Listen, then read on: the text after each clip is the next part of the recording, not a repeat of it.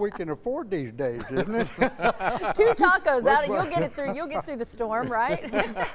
Exactly. Well, here's what we've been watching now. We've got this big low pressure area, counterclockwise circulation.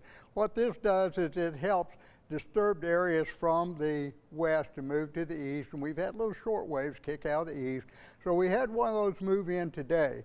Now, we were pretty good throughout the day. We had the weather primarily. The steering currents kept them moving from the southwest to the northeast, almost all west of us. Very little activity in Bell County, not too much in McLennan County.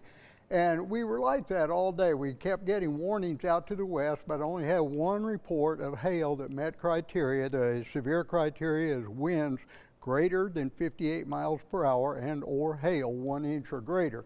Had one report of hail, I think it was Hill County, is 3/4 of an inch.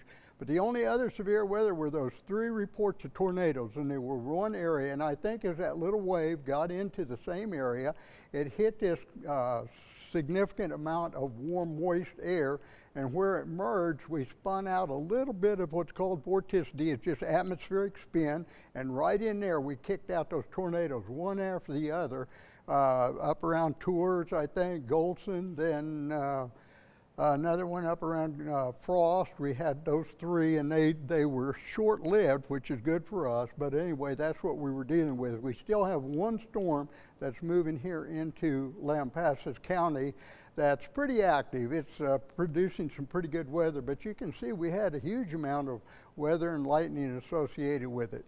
Always remember with thunderstorms now, lightning's always a danger. Always you can get a downburst or significant. Didn't have any winds reported except around that tornado activity. We've got temperatures generally in the 70s and 80s, the 80s to the southeast and back to the west. We're going to go with the winds south, and they've been around 15 to 20. They're getting a little lighter. We've had wind gusts in that 20 to 30 range. Still down College Station, 31.